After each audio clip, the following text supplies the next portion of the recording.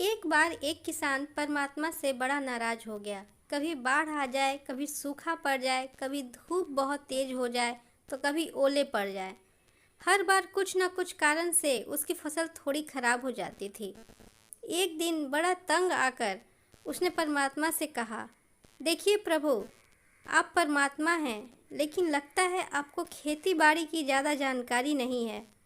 एक प्रार्थना है कि एक साल मुझे मौका दीजिए, जैसा मैं चाहूँ वैसा मौसम हो। फिर आप देखना मैं कैसे अन्न के भंडार भर दूंगा। परमात्मा मुस्कुराए और कहा, ठीक है, जैसा तुम कहोगे वैसा ही मौसम दूंगा, मैं दखल नहीं करूंगा। किसान ने गेहूं की फसल बोई। जब धूप चाही तब धूप मिल गया, जब पानी चाहा तब पानी मिल गया।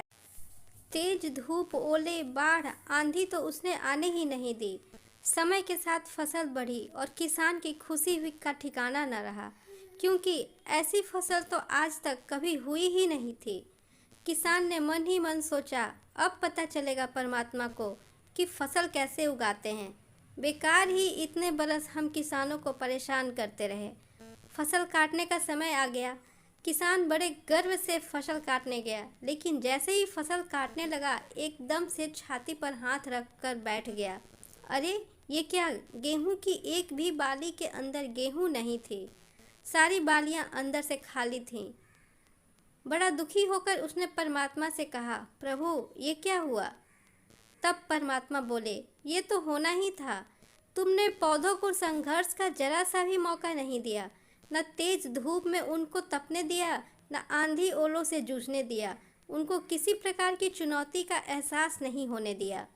इसलिए सब पौधे खोखले रह गए। जब आंधी आती है, तेज बारिश होती है, ओले गिरते हैं, तब पौधा अपना अस्तित्व बचाने का संघर्ष करता है, और इस संघर्ष से जो बल पैदा होता है वही उसे शक्ति देता है, ऊर्जा देता है, जिसकी वजह से उसके अंदर नए बीज पैदा होते हैं। उसी तरह जिंदगी में भी अगर संघर्ष न हो तो आदमी खोखला ही रह जाता है, उसके अंदर कोई गुण नहीं आ पाता। ये चुनौतियाँ ही हैं जो आदमी के अंदर ऊर्जा पैदा करती हैं, उसे जीने का, कुछ कर दिखाने का मकसद देती हैं।